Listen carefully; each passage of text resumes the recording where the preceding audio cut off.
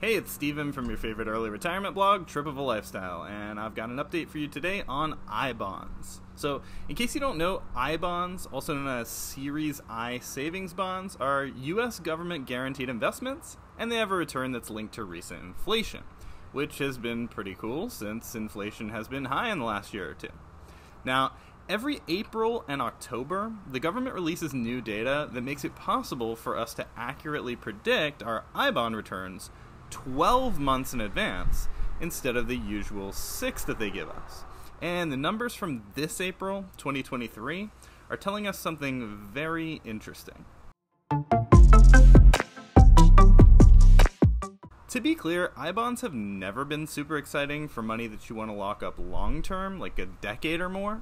I don't consider them to be a great long-term investment because you'd very likely be better off with something like a stock market index fund, which is riskier, but it has a much higher expected return in the long run.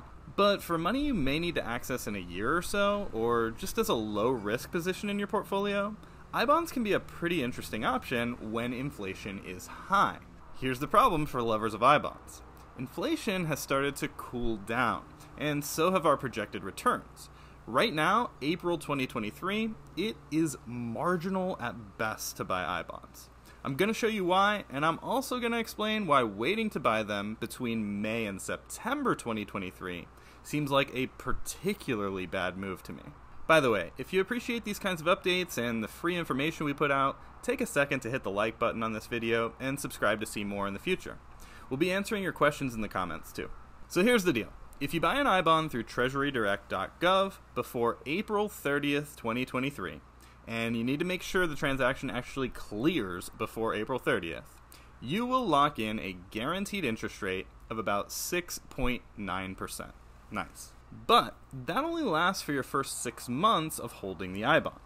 Based on our shiny new inflation data from the US government, you'll be getting a guaranteed renewal rate of about 3.8% after that, for 6 more months. That leaves you with a guaranteed annualized return of about 5.4% during your first year of holding, and an undetermined return after that. Now remember, you have to hold I-bonds for an absolute minimum of 1 year no matter what. That's part of the rules of I-bonds. If you cashed out right at the 1 year mark, you'd have to pay an early withdrawal penalty, and that's equal to 3 months of interest, which would bring your actual 1 year return after accounting for the penalty to around 4.4%.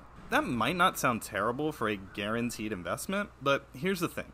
It's actually not much different than the current rate on regular old 1-year treasury bonds, which are also government guaranteed with a lot less rules and restrictions.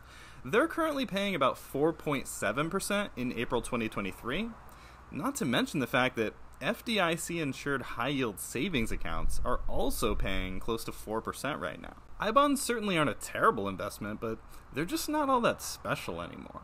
So what if you wait to buy them a little later, say between May and September 2023? Well, let's just say I wouldn't recommend it. Buying I-bonds between May and September 2023, your guaranteed minimum annualized return for the first year is only 1.7%. You'll get about 3.4% annualized for the first 6 months, and then you'll be forced to hold through an additional 6 months after that at an unknown rate that could be as low as 0. Remember, you have to hold I-bonds for 1 full year. This worst case scenario may be improved a tiny bit by an as yet unannounced change in the fixed rate of I-bonds in May, but it's not going to be a huge boost. Maybe an extra 1 percentage point based on current TIPS rates.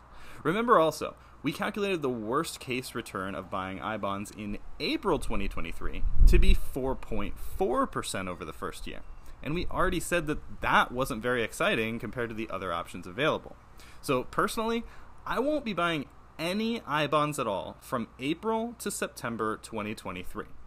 If you do decide to buy some, April is probably the better choice, and remember, there's a limit of $10,000 per year per taxpayer ID when you're purchasing through treasurydirect.gov. But honestly, I'd take some time and learn about your other investment options right now, and then check back on I-bonds when we have new data in October 2023. If you like this kind of stuff, don't forget to subscribe or follow along on your favorite social media platform.